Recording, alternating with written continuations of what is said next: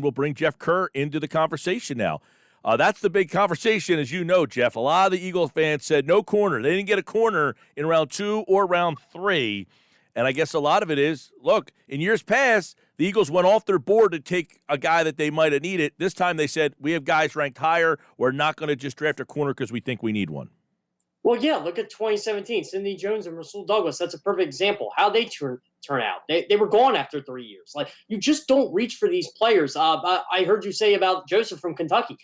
He's not a scheme fit for them. It just doesn't work. I was looking at the corners on the board. The only one I liked at 37 was Asante Samuel. I'm like, you know what? There are better players than him right now. Well, and Jeff, it sounds like another problem was people looked at him as a slot corner. That's how I looked at him. I like him, but, they could have got Aaron Robinson instead, and they almost did get him in the 3rd round. That's the one they missed. It wasn't Asante Samuel. It was Aaron Robinson.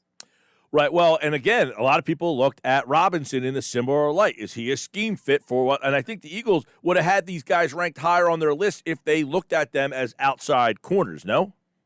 Well, yeah, that's the thing. And look, Zach McPherson, sorry, I don't know why I keep calling him Zach. It is Zach.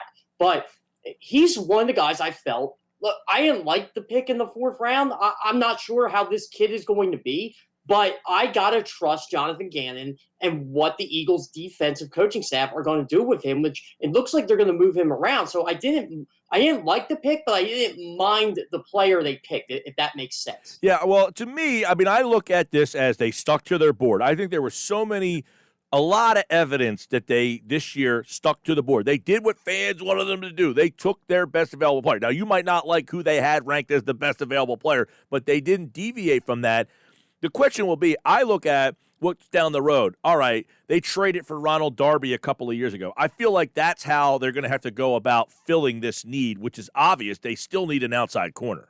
Well, a lot of people were talking about Steven Nelson, like, oh, they could wait till after he's a comp pick. Well, no, they could have signed him whenever because he was released. He was not technically a free agent. They could have signed him last week. They could have signed him last month. They decided not to do that.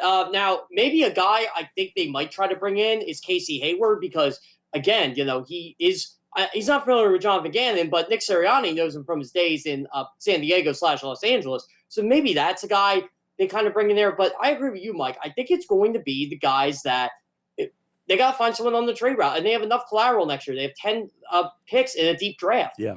And they made that trade with Washington to get an extra pick in next year's draft. Those are the kind of moves that allow you to say, hey, we have an extra 5th.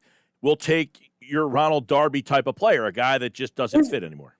Here's an interesting scenario. Would you trade one of those first-round picks for a steady Pro Bowl corner if one became available? That's definitely – it depends on who that guy is. But, yes, yeah, exactly. I consider it. Yeah, exactly. Who the fit is. I was just looking at all the possibilities for them, but in a rebuilding year, just go with the 3 or the 2 first-round picks you got guaranteed, possibly 3, and just move on. Like I think we both agree they're not going to win the Super Bowl this year. No, but as you heard Roseman say, we're not rebuilding, we're retooling. They feel like they have made some strides. And adding to the offensive side of the ball with Smith on Thursday, they went with a lineman in round 2. Which is a controversial pick because here's a player much like a couple of years ago. I don't know why it's so controversial. Well, the injury history is obviously, but again, to me, an offensive line having injury issues is a little different than a wide receiver or a corner. Exactly. Like, look, okay, Landon Dickerson, everybody's worried about, he tore his ACL. Well, he tore his ACL before and didn't stop him. He only became the Ringmanton Trophy winner. Look, this guy is such a competitor. Came on the field in the national championship game for victory formation for 2 snaps, and he tore his ACL like 3 weeks before that. That is insane. He was suited up. He had his pads on. He could not miss that game. That is the type of leader you want. I thought the funniest thing was I remember Alabama fans were going nuts because Pro Football Focus graded his performance in the national championship game, and the game was 60. And I'm like, are you serious right now? Like, the guy just he snapped the ball. That's all he did. Like, that's worth grading, but I remember, like, I think he even commented about it. I remember Alabama fans were going nuts. I'm like, wait a minute, like, Landon Dickerson, I would give him 100 grade just for going on the field in that regard. But I'm like, man, it's a shame this guy's going to go top 20 because that's where I thought he was going to go because he was that good. Yeah. Hey, look, I said I was pretty clear. I did not want an offensive lineman in the first round. Me we both are pretty clear on where we stood with offensive linemen going into that. Yeah, and I feel like if there was one lineman I would have taken in that spot, he would be the guy, because to me, Jeff, he fills multiple needs. He can play center, he can play guard, and he can play tackle in a pinch as well. Where did they struggle last year was depth on the line. Exactly. And now all of a sudden you have a lot of depth with him, because now you got back up to Jason Kelce. You don't have to move Isaac Seumalo over. I know they like Luke Juriga, but look, Landon Dickerson is a little bit better than Luke Juriga. A lot better.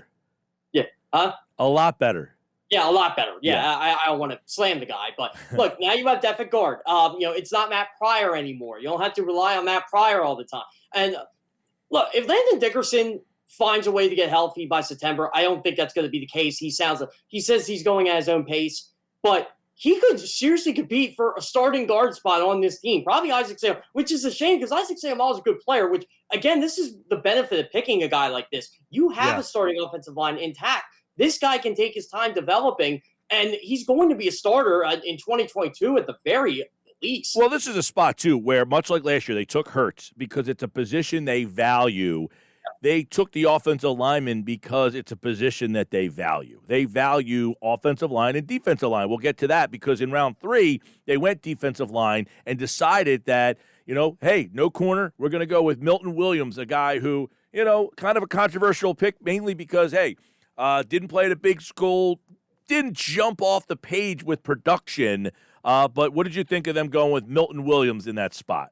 Well, he did have 10 sacks in his last 23 games. So for Conference USA or not, it's still productive, at least in my opinion. Like, look, when they drafted him, I'm like, okay, Milton Williams. I'm like, he went to one of the Louisiana schools. Like, that's how little I knew about him. Like, he wasn't the guy I had specifically that I thought they were going to draft. But, everything I read about him over the weekend, the athleticism. And look, I will say, in a way, they kind of needed defensive tackle, because after Fletcher Cox and Javon Hargrave, Hassan Ridgeway is a nice number 3 guy, but he is always hurt. So you got to get somebody in there, and Milton Williams can play the edge.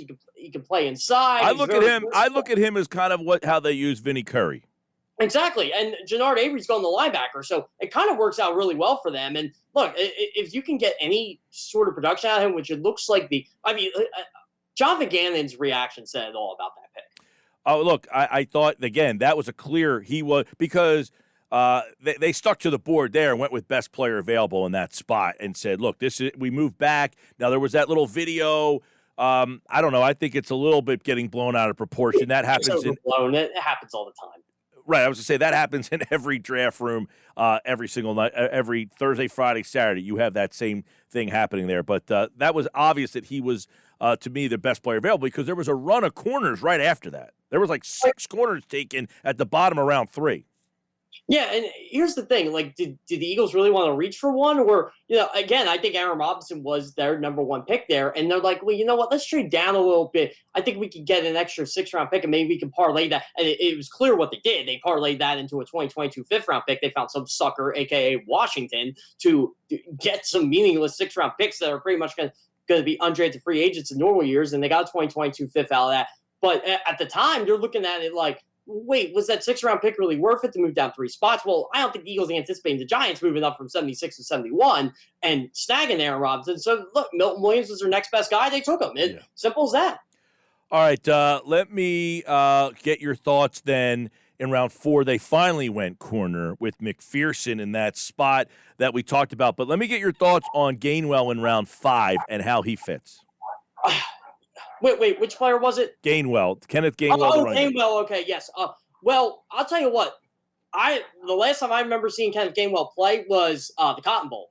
And everybody talks about the chop block on Micah Parsons. I remember that went viral. I remember I was kind of shocked Micah Parsons was chop blocked by Kenneth Gainwell at the time. But in that game, Kenneth, if that's the first tape of Kenneth Gainwell you've seen, it's not a good one, because one, the Memphis offensive line just wasn't any good. He's a much better player than that. I really like how they're going to use him. I feel like he's going to be like the Nyheim Hines type player in Nick Sirianni's offense. He's going to be the guy catching balls out of the backfield. He's going to be the guy that kind of like the third down running back for them. So, you got Miles Sanders being the bell cow, and then you're going to have Kenneth Gainwell, who's going to get 10 to 15 touches a game, and maybe not right away, but you're going to install him in that offense. And look, it's going to give Jalen Hurts another weapon, a dynamic weapon that I really like. For 5th-round value, I thought that was a steal for them. Yeah, I'm a big fan of Gainwell. In fact, I talked about this earlier. Gibson, who I like a lot in Washington, and Darrell Henderson in L.A., both those players have been productive. I think Gainwell's better. Running backs have been good. Right, but I think Gainwell's better than both of those guys.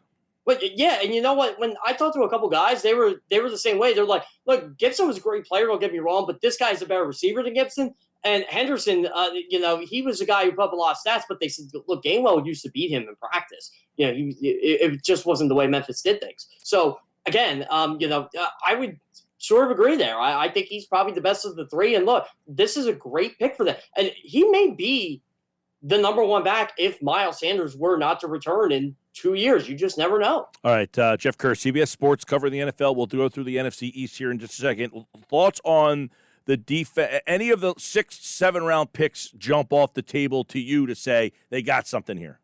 I did like Patrick Johnson. I thought that was good value for the 7th round. Look, he's a 7th-round pick. You're taking a flyer on the guy. Play linebacking, play defensive end. I'm curious to see where he fits. The safety from LSU. I will say this. Then moving Jacoby him to Stevens. linebacker. Jacoby Stevens. Yeah. I don't like them moving him to linebacker as much. I get what they're doing, but I feel like they need a little more depth at safety there. But again, we'll see. I didn't get to see that much LSU games this year, but a lot of maybe this was just me being how I felt about the draft. But once they got to the 6th round, I'm like, all right, these guys are probably going to be undrafted free agents in most years. Let's just see what they get with these picks. I mean, pretty much after Gainwell, I was just like, okay, I'm pretty sure the top 5 picks are going to make the roster. I mean, I'm sure these guys will too because this is a young team, but Patrick Johnson intrigues me the most out of any of those guys. All right, let me get your thoughts then. Let's start with Dallas and what they did. Parsons, got to like that pick, obviously. I love that pick. Joseph, Jabril Cox is interesting. I thought they did a good job to get Parsons and Jabril Cox. That could be their starting linebacker tandem here for a while. Kelvin Joseph's a name that, of course, a lot of people, because he went at 44. What did you think of what Dallas did? Well, I love the Micah Parsons pick, as you said. Jabril Cox it was kind of a head scratcher to me.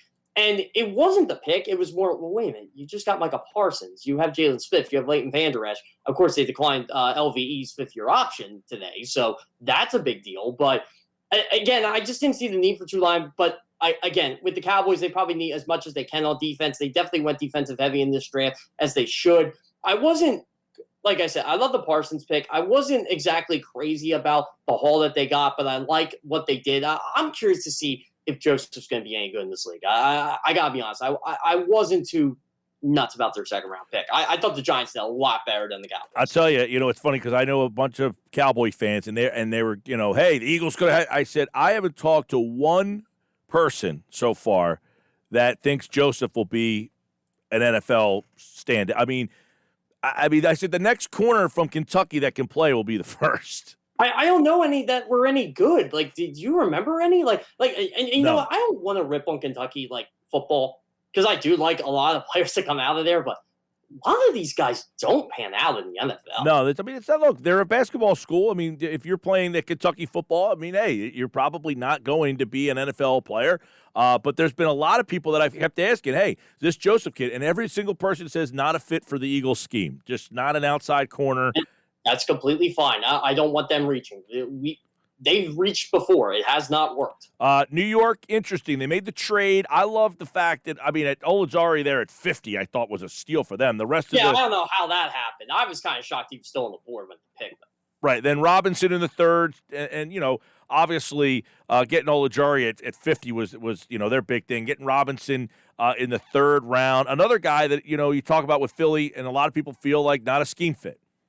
Yeah, so here's the thing with Olajari, and Robinson for that matter. When I was doing my mock draft, and again, I don't know how I got 11 picks right, but I did. I'll never figure that one out.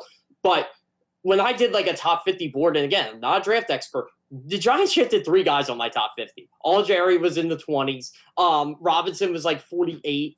And I'm like, wait a minute. The Giants had this good of a draft. Dave Gettleman traded down twice. the New York Football Giants. Kadarius Toney, I really like. I thought the Giants really did a good job with their first 3 picks. I don't know if it's going to translate into wins, but boy, I'll say this, Mike. Dave Gettleman put a lot of pressure on Daniel Jones today, saying, "Look, Definitely, this is the year. You got to do it, man." And I think you and I could sit right now and agree he has to do it this year. Davis, Washington went with Davis. I like De'Ami Brown in the 3rd round at wide receiver. I love that pick. Yeah. I thought he was the sleeper of the draft. Oh, I couldn't believe at 82 he was still there. So I thought Washington, and they did very basic. They went with a lot of defensive line.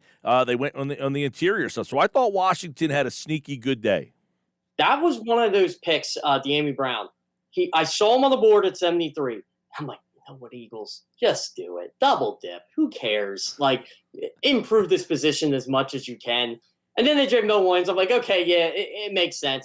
Maybe that's what Tom Donahoe was upset about. Maybe it was De'Ami Brown. He was on the board, and Yeah.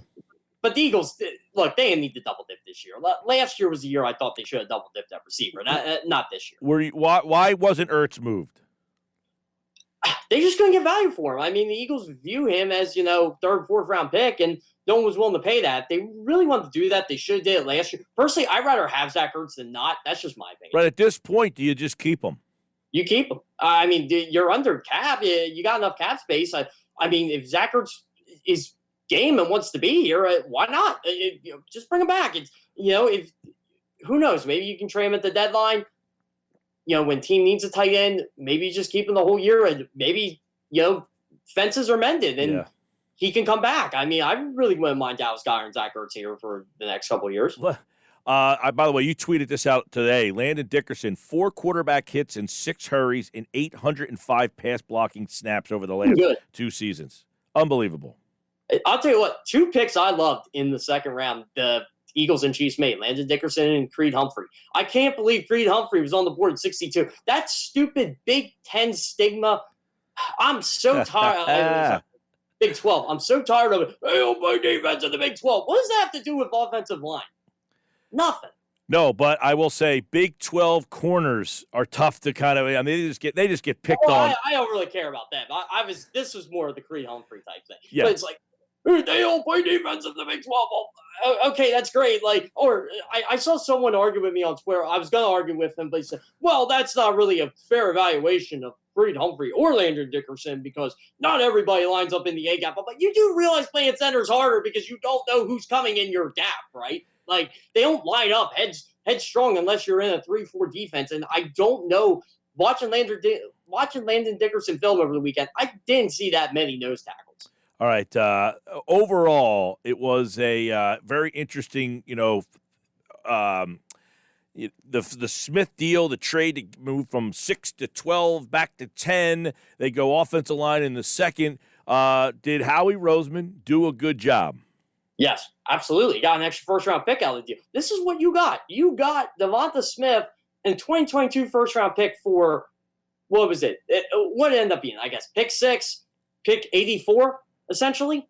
84 was the deal, and then they traded that to Dallas. Yeah. So that's what you got Devonta Smith in the 1st-round pick for. You got one of in some people's minds, the top 5 players in the draft. And look, I'm not the biggest Mel Kiper fan in the world, but I was pretty hyped up when he was talking about Devonta Smith in February, saying he's the 3rd best player in this draft. I'm like, all right, Mel, I can see that.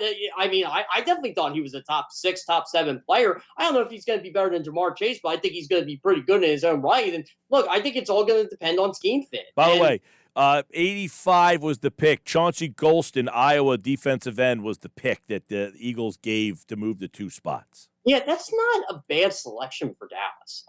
Chauncey Golston, I liked a lot in the Big Ten last year. Again, I watch way too much Big Ten football, but yeah, I really like that pick for them. I mean, Dallas usually does pretty well with drafting these Big Ten defensive ends. All right, well, there we go. We got plenty more NFL. A lot of non-tenders, 5th-year options decline. We'll get into the rest of the week. What other stuff is out there? Of course, now Philly needs to continue to put this together because, as Howie Roseman said, we're not done roster building. We got to keep doing some stuff, so we'll continue with the NFL conversation. Jeff Kerr, CBS Sports, like all guests appeared via the Boardwalk Honda hotline. All right, Jeff, good stuff, man. Hey, thanks, Mike. All right, Jeff Kerr, CBS Sports.